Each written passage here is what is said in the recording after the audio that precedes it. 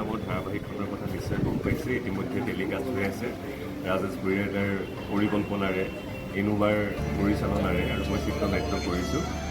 আশা কৰোঁ আপোনালোকে বাকী ধাৰাবাহিকবোৰৰ নিচিনাকৈ এই ধাৰাবাহিকখনক মৰম দিব।